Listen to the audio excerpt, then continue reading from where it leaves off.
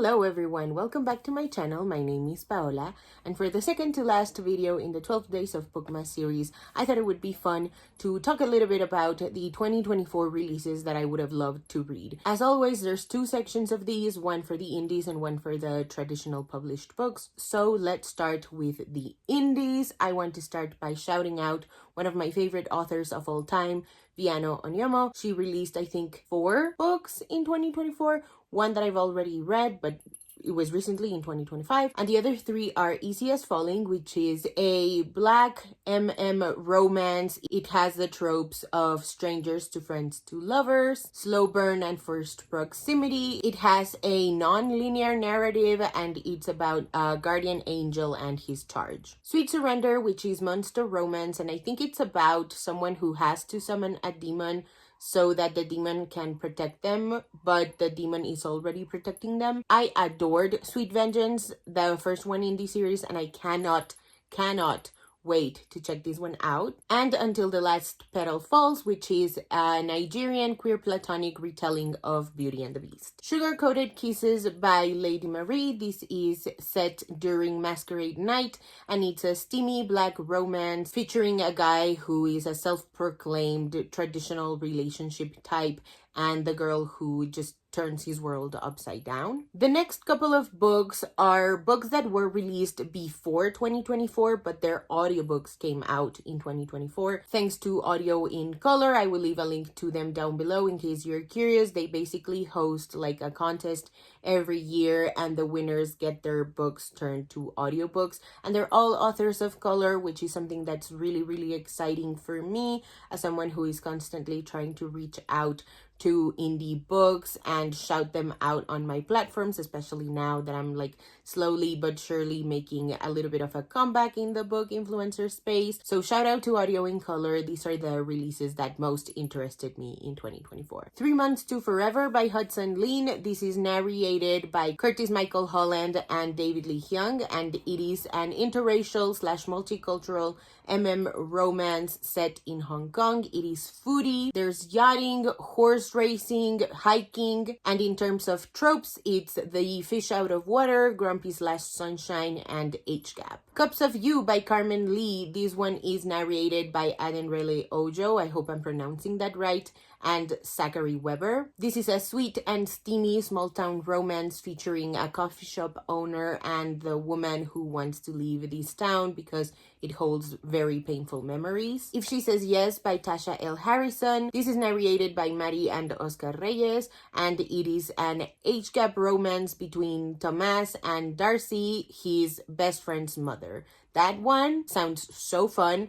I love Tasha L. Harrison's presence online. She's so smart, so funny, and I've never read one of her books, but I am dying to, and I think this is the one that's gonna have to take the most priority in my list. Drag Me Up by R.M. Virtues. This is narrated by Soleil Ramos and Julius James, and this is a black queer Hades and Persephone retelling. Keepsake by Amy Oliveira. This was narrated by Vanessa Vasquez and Noah B. Perez, and this is a steamy, slow burn romance featuring an ex-MMA fighter and a little Miss Overachiever. That's how it's described. I feel like that's sassy and funny enough for me to be interested in it. And in terms of tropes, it is a 16-year age gap. Last but certainly not least, in the indies category, we have Drea Anderson's To Her Rescue. This is shifter romance, marriage of convenience, and it's about a woman who has to marry someone so that she can claim her inheritance. On to the traditionally published books. I think most of these are in fact traditionally published, but I will correct myself, and shout out to Gabby from Gabby Loves Books. I will leave a link to her Instagram down below. She's constantly on new releases, recently revealed covers.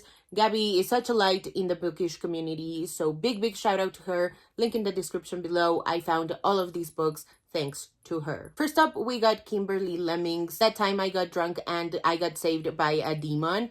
This is described as adult fantasy romance about a woman who winds up on a quest with a dragon demon to save all demons from a curse. I have been told these books are like cozy fantasy, really fun to read. I love the covers so much, and they've been on my radar for quite some time now. So if there's an audiobook for these, sign me up. I would love to read this book now in 2025. The Colliding Worlds of Mina Lee by Ellen Oh. This is YA romance, and it's about a Korean American girl who is trapped in her own web comic, and she has to save everyone and find a way out. There is nothing I love more than teenagers writing, creating, finding a great hobby.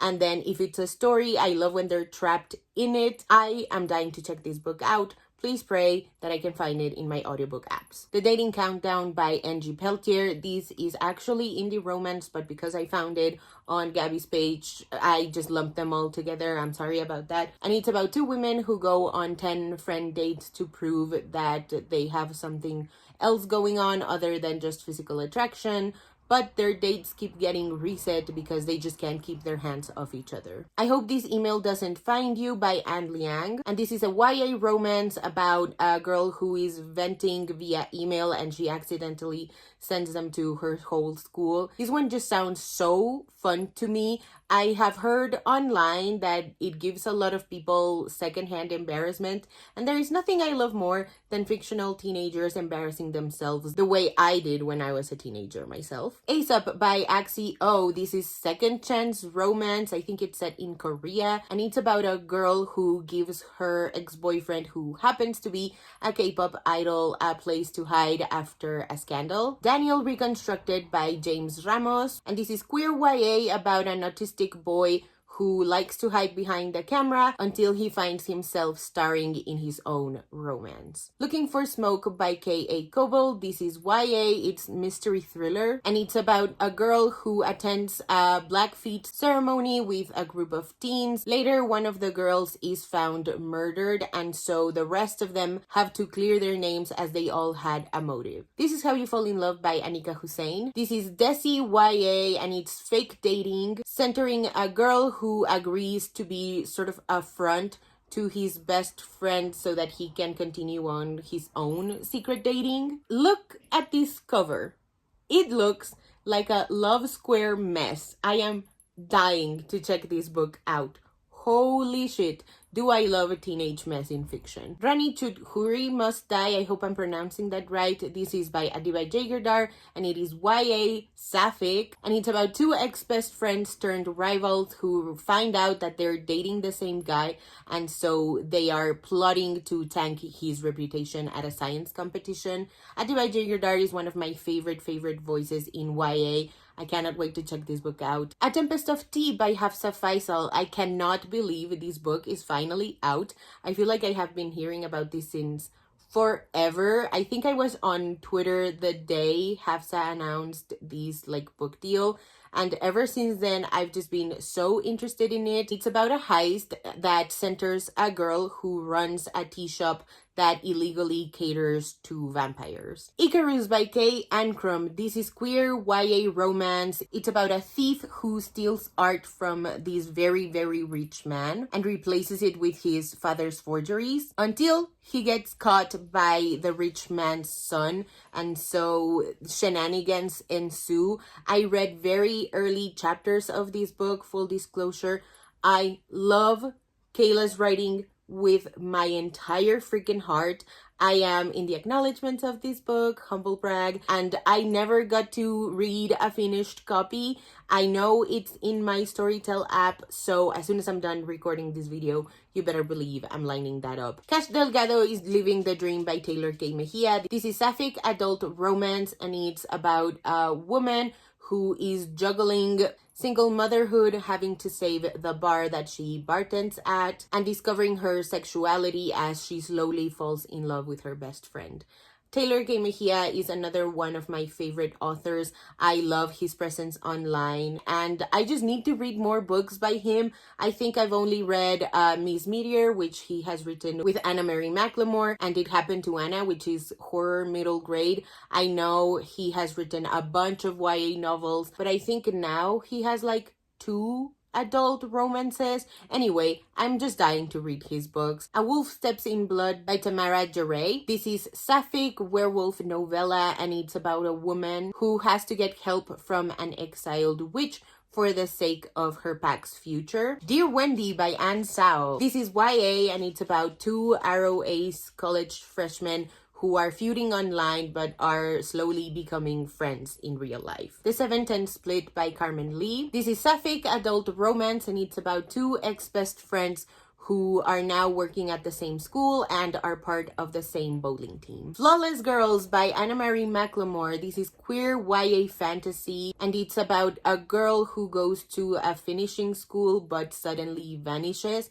and so her sister enrolls so that she can find out what actually happened. I love Anna Marie McLemore's writing. They are another one of my favorite voices in YA, and I cannot wait to get back on the Anna Marie McLemore train. I have been off of it for quite some time, and it's time for me to fix that. Isabel and the Rogue by Liana de la Rosa. I feel like I already talked a little bit about this book, but I might be hallucinating on that front. I love Liana's prose so much. I am so happy that she's getting all her flowers at Berkeley. This is historical romance and it's about a British hero who is protecting a Mexican heiress as she spies for Mexico. Sleep Like Death by Kaylin Bayron. This is queer YA fantasy and it is a Snow White retelling. I cannot wait to read this book. Snow White is my favorite Disney princess, and I'm always so sad that we don't get as much Snow White retellings as we get from literally every other fairy tale. I am so excited to check this book out. This one says that it's about a girl who can conjure weapons from nature and has trained her whole life to defeat a sorcerer who turns wishes into curses. This is by Kaylin Bayron. I already know I'm going to love it. This Ravenous Fate by Haley Dennings. I'm so excited about this one. This is set in 1920s Harlem and it's sapphic and it's about a vampire hunter and a vampire who are investigating murders together. Immortal Dark, and it's about an orphaned heiress who infiltrates a university so that she can kill a vampire, but she ends up living with this vampire, and the reason why she wants to kill this vampire is because she believes that he's the one who kidnapped her sister. 24 Seconds From Now by Jason Reynolds. The premise of this book is so exciting. This follows a teen boy who is falling in love, and the book starts with him locking himself in the bathroom and freaking out because it's the first time that he's having sex with his girlfriend. It's the first time that he's having sex ever, and I think it's the girl's first time too. And so we go a little bit back in time. I think it's non-linear narrative, and it's about the story of their relationship from the perspective of the boy. I love Jason Reynolds' writing. I think he's one of the most talented voices in YA, and I actually started this book earlier this year, but life kind of kicked my ass in the first days of January, as you can probably tell based on how late this video is.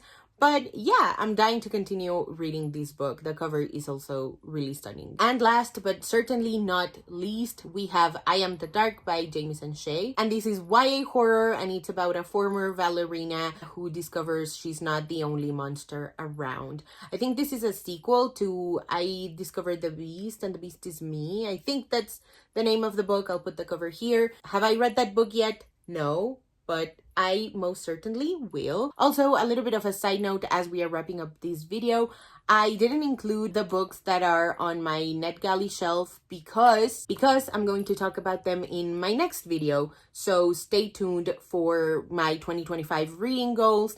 And yeah, thank you so much for watching. If you haven't already and you'd like to, go ahead and hit subscribe, and I'll see you in the next one. Bye!